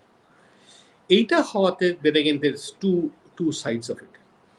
একটা হয়ে গেছে, যদি আমার ওয়ার্ল্ডটা বিগার হয়ে যায় তাহলে আমি যে কোনো একজনের উপর ডিপেন্ডেন্ট না। ওয়ার্ল্ড ওয়াইড উই আন্ডারস্ট্যান্ড এখন যেটাকে বলে গিগ ইকোনমি। গিগ ইকোনমি কি মানে লিটারালি বাংলায় যেটাকে বলে খ্যাপ পাড়া, রাইট? যে আমি একটা ছোট কাজ করে ইন আউট, রাইট? সো তখন হয়ে যাবে যে আমি অ্যাজ এ স্ক্রিপ্ট রাইটার, আমার কেন অ্যাডকমের সাথে থাকতে হবে টু রাইট আ স্ক্রিপ্ট? আমি তো I can be freelancing, anybody আমার কাছে স্ক্রিপ্ট চেতে পারে, আমি দিতে পারবো। সো আমার এমপ্লয়ার্স বেড়ে গেল। সেম সাইডে আমি যদি রিভার্স সাইডে যদি আমার অ্যাডভার্টাইজিং থেকে দেখি, আমার কেন একজনকে ফুল টাইম হায়ার করতে হবে স্ক্রিপ্ট নেওয়ার জন্য? আমি তো ওয়ার্ক ফ্রম হোম করছি, আমি তো কানেক্টেড হয়ে গেছি, প্ল্যাটফর্ম হয়ে গেছে। আমি বলতে পারি ভাই আমাকে যে কোনো একজন একটা স্ক্রিপ্ট দাও, 10টা স্ক্রিপ্ট দাও, 20টা স্ক্রিপ্ট দাও, আসলো স্ক্রিপ্ট, আমি স্ক্রিপ্ট দেখে আমার একটা কিউরেটর থাকবে যে বসে জিনিসটাকে ইয়ে করবে। And then so the nature of employability or employer-employee relationshipটা কিন্তু I think এই কোভিডে পরে vastly চেঞ্জ হয়ে যাবে। ওকে it has its problems, it has its benefits, but চেঞ্জটা হবে। আমরা এখন ওয়ার্ক ফ্রম হোম, আমরা এখন চিন্তা করছি আমরা পার্মানেন্টলি ওয়ার্ক ফ্রম হোমে চলে যেতে পারবো নাকি, অর অ্যাটলিস্ট 60-70% আমাদের এমপ্লয়িজ কি পার্মানেন্টলি ওয়ার্ক ফ্রম হোমে যেতে পারবে নাকি। এখানে আমাদের বেনিফিটসও আছে, রিয়েল এস্টেট কম পড়বে, ইয়ে হবে, এমপ্লয়িরা মোর ওর বাসায় থাকবে, কমিউট টাইম কমতে হবে। বাট এটার অপোজিট সাইডও কিন্তু আছে, টিম বিল্ডিং গুলি হয় না। একটা তো ওয়ার্কের মধ্যে দিস ইয়েটা আছে, ওই যে অনেক মোস্ট অফ আওয়ার আইডিয়াস কাম কখন ওই যে কাজের মাঝখানে ওই চা খেতে গেলে আর সিগারেট খেতে গেলে ওইখানে কথাগুলি হয়, ফ্রেন্ডশিপ গুলি হয়, ইয়েগুলি হয়। আমি রবির বাইরে একটা চায়ের টঙের দোকানগুলির সামনে কিন্তু অনেক রকমের আমাদের সাম অফ দ্য বেস্ট আইডিয়াস ওইখানে আড্ডা দিতে গিয়ে ওই রং চা খেতে খেতে আমাদের এসছে। এই জিনিসগুলি তখন মিসিং হয়ে যায়। সো আই থিঙ্ক এইটা একটা প্রোফাউন্ড চেঞ্জ এনে দেবে আমাদের এই relationship between colleagues, between employer, between client, agency, পুরো জিনিসটাকে করবে। এখন যে এটাকে ঠিক মতো ম্যানেজ করতে পারবে তারা ভালো করবে, যারা পারবে না তখন ওইখানে একটা ইস্যু এসে যাবে। ওকে নাজিম ভাই, আমাদের সবচেয়ে বড় শত্রু আজকে হচ্ছে সময়। মানে আমি এই গত 3 দিন ধরে, আজকে তৃতীয় দিন, আমার মনে হয় এটা একটা স্ট্রেস হয়ে যাচ্ছে আমার, যে এই আমার এত জানার ইচ্ছা করছে। এটা আপনার ক্ষেত্রেও হচ্ছে, গতকালও হয়েছে। সময়টা শেষে এসে দেখি 7 মিনিট 4 মিনিট, মানে এত খারাপ লাগে যে এইখানে এসে বাউন্ডারি, কিন্তু সময়ের বাধা তো আমাদের মানতে হবে। তারপর আমি 2টা প্রশ্ন আপনার জন্য রেখেছি, আমি এটা জানতে চাইবই আপনার কাছে, একটু হয়তো সংক্ষেপে আপনি বলবেন।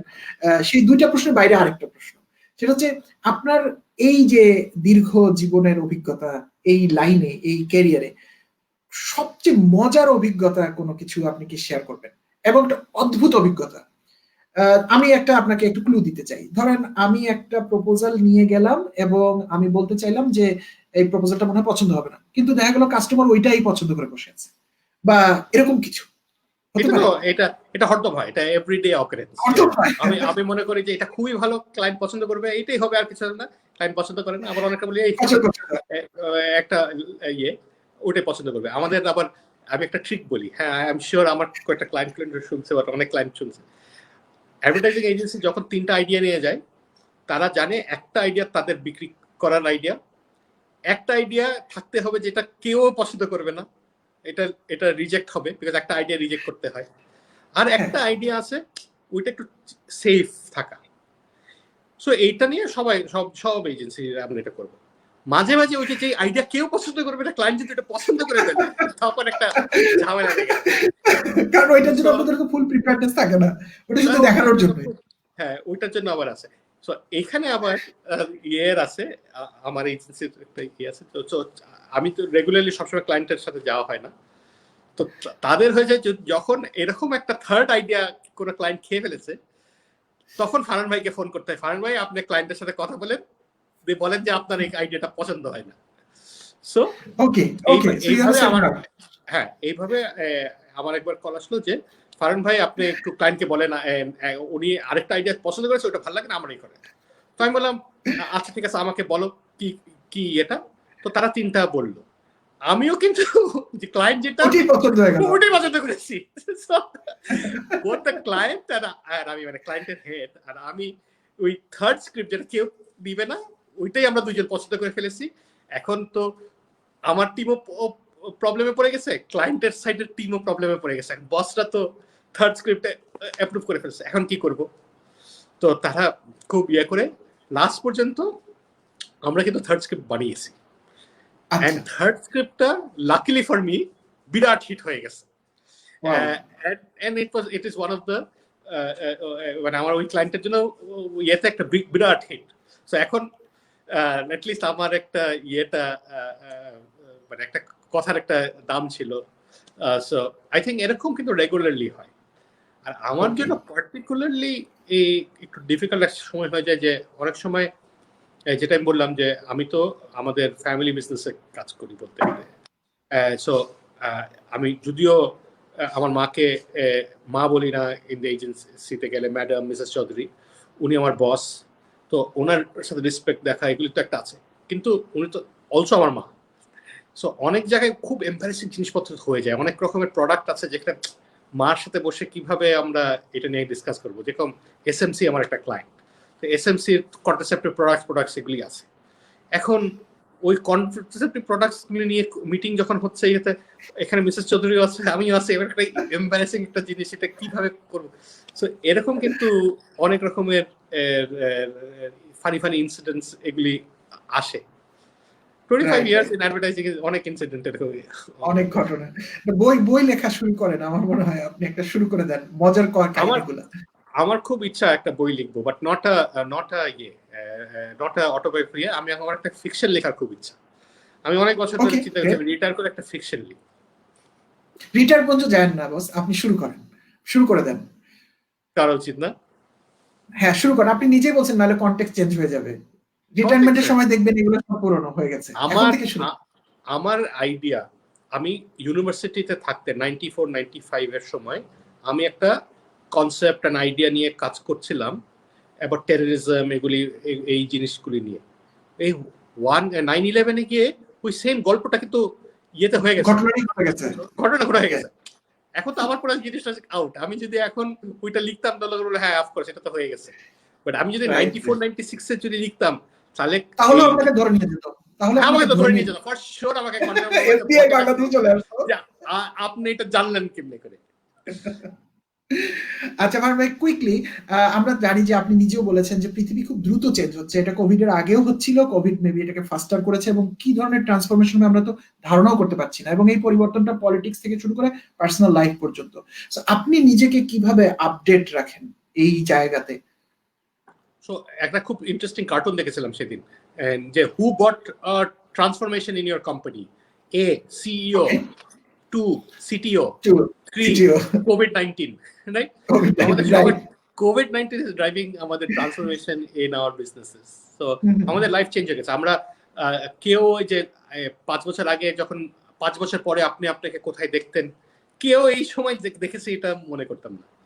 I think in life there has been a lot of change. I think একটা সাইডে চেঞ্জটা এসেছে যে আমরা বুঝতে পারছি যে আমাদের বিজনেস মডেলস আমরা যেগুলিতে রিলাই করতাম পুরোটুকু আমাদের ওভারহল করতে হবে, অ্যান্ড আমাদের ভেরি ড্রাস্টিক ওভারহলস করতে হবে ইন আওয়ার বিজনেস ওয়েতে আমরা কিভাবে ইয়ে করি and how we interact with people. এইটা পুরোটুকু চেঞ্জ হয়ে যাচ্ছে। পার্সোনালি আমার জন্য এই সময়টা আমি ইউজ করেছি, বিজি লাইফে যেটা হয়ে যায় পড়ার সময় থাকে না, আমি রিডিং বুক, সেগুলি পড়াশোনা শুরু করেছি, আর আমি রাঁধতে শুরু করেছি। সো আমি অনেক অলমোস্ট এভরি আদার ডে কিছু না কিছু কুক করছি and things like that. And I think আমার সাইডে আই হ্যাভ স্টার্টেড এনজয়িং আমার নিজের company. So I think that is the change আমার লাইফে। আপনার নিজের কোম্পানি মানে আপনি নিজের সাথে নিজের মেশার কথাটা বলছেন? নিজের সাথে নিজের মেশা, হ্যাঁ। কোম্পানি বলতে মানে my own time আমার আমি I think I have started a friendship with myself. যেটা অনেক সময় আগে হতো না। আগে ফ্রেন্ডস, আমি খুব ফ্রেন্ডলি পারসন, আমি অনেক সাথে ঘুরি ইয়ে করি, প্রত্যেক দিনই আড্ডা দিতাম, এই দিতাম সেটা, অন্যদের সাথে ছিল। এখন হয়ে গেছে কি এই সবাই বের হতে পারছে না, ইয়ে হচ্ছে না, হ্যাঁ আমরা জুমে কথা বলি, অনেক সময় নিজের সাথে আছি। আগে যে 2 ঘন্টা চলে যেত কমিউটে, ওইটা নাই, এটা নাই, জিনিসগুলো একটু। সো আই এম স্পেন্ডিং অনেক বেশি সময় নিজের সাথে। আর নিজেকে শিখা কিন্তু একটা ভেরি ইন্টারেস্টিং জায়গা, যেখানে আমরা কিছু সবাই নিজেদের মধ্যে একটা খুব ওয়ার্ল্ড আছে, যেটা আমাদের খুব একটা নিজেদের ডিসকভারিটা করা, মানে খুব ইন্টারেস্টিং জিনিসপত্র আছে কিন্তু আমাদের জীবনে, আমরা যে খুঁজে পাই। ট্রু। রাজীব ভাই, আমরা একদম শেষ প্রান্তে, কিন্তু আমি সবসময় চেষ্টা করি যে আমার গেস্টকে নিয়ে একটু রিসার্চ করার জন্য। এবং কিছু নতুন তথ্য দেওয়া যায় কিনা, যেটা অ্যাটলিস্ট হয়তো মেজরিটি মানুষ জানে না। সো আমি আপনার সম্পর্কে এত জানার পরও একটা তথ্য আমি নতুন বাইর করে ফেলছি। সো আমার ধারণা আমাদের শ্রোতা দর্শকদের জন্য এটা আসলেই একটা নতুন তথ্য, আর যারা জেনে গেছে তারা তো মজা পাবে না। সো আমি জেনেছি যে ডক্টর মোহাম্মদ শহীদুল্লাহ, আমি ছোটবেলা থেকে ওনার খুব ফ্যান, কারণ 101টা রিজন আছে। কারণ ছোটবেলা থেকে কিন্তু স্কুল কলেজে যে বিভিন্ন রেফারেন্স দেওয়া হয় সেক্ষেত্রে ডক্টর মোহাম্মদ শহীদুল্লাহ একটা বিরাট নাম। পরবর্তীতে আমরা তো অটোবায়োগ্রাফি পড়েছি, ওনার ইন্ডিয়াতে পড়তে যাওয়া, অ্যাটলিস্ট আমরা পড়ে যেটা শিখেছি যে ওনাকে চ্যালেঞ্জ করেছিল, দেন ডবল সেকেন্ড MA করা এবং একটা বড় কিছু দেখায় দেওয়া বাংলাদেশি হয়ে ভারতে বা তৎকালীন সময়ের। সো আমার কাছে এটা, আপনি বলেন ডক্টর মোহাম্মদ শহীদুল্লাহর সাথে আপনার কানেকশনটা আপনি বলেন। তো কানেকশনটা হলো ডক্টর মোহাম্মদ শহীদুল্লাহর বড় ছেলে AFM সফিউল্লাহ, উনি হলো আমার নানা। সো আমি আমার সৌভাগ্য হয়নি ডক্টর মোহাম্মদ শহীদুল্লাহকে দেখার, কিন্তু ওনার সম্বন্ধে আমার নানা ওয়াজ ভেরি ইন্টারেস্টিং ম্যান। আমার নানা খুব রসিক, একটা ইন্টারেস্টিং নলেজেবল ভদ্রলোক ছিলেন।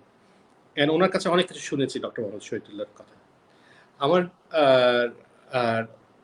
আমাকে অনেকে সবাই মনে করে যে আমার মা যে ব্যবসা করছে করছে।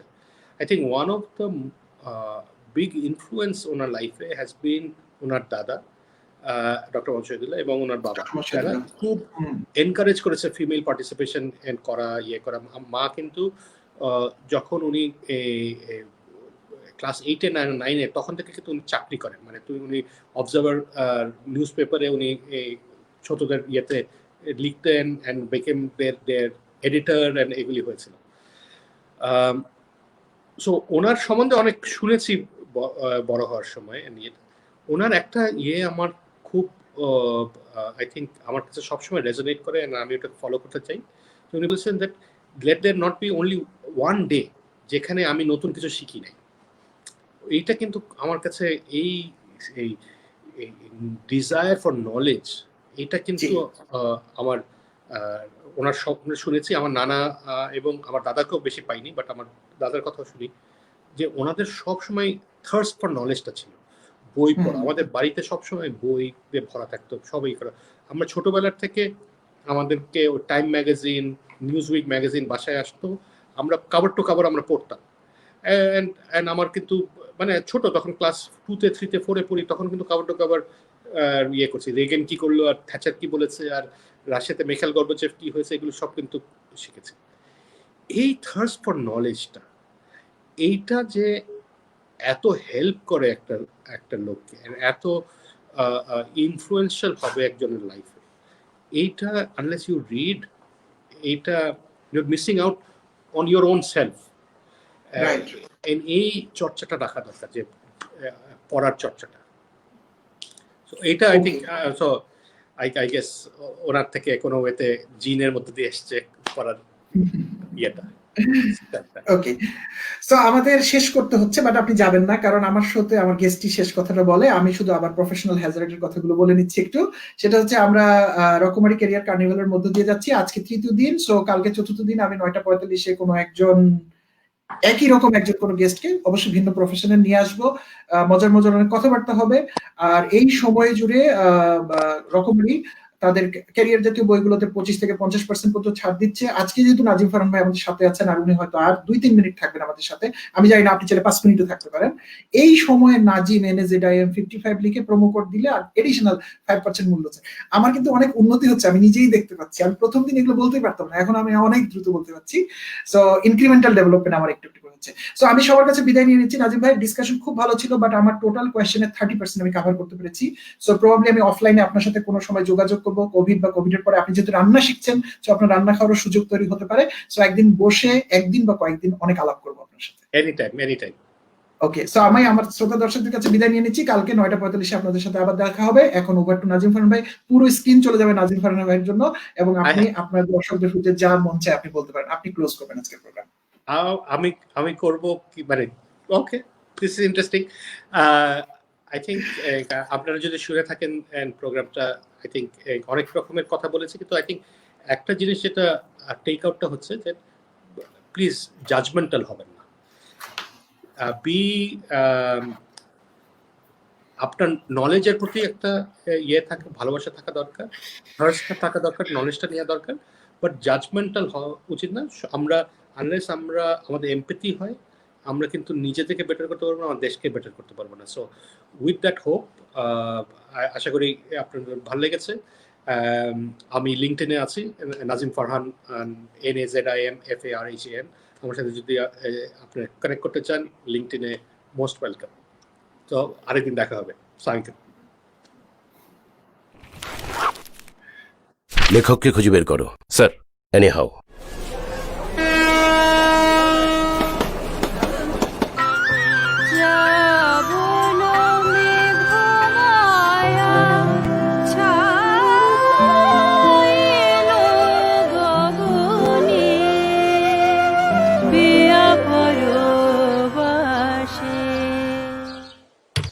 আসসালামু আলাইকুম ম্যাডাম, এত ভালো লিখেন আপনি, আর আপনার এতগুলো পাণ্ডুলিপি এভাবে পড়ে আছে? চেষ্টা করেছি কিন্তু ফল হয়নি। এখন থেকে আপনার সমস্ত পাণ্ডুলিপির দায়িত্ব কথা প্রকাশের।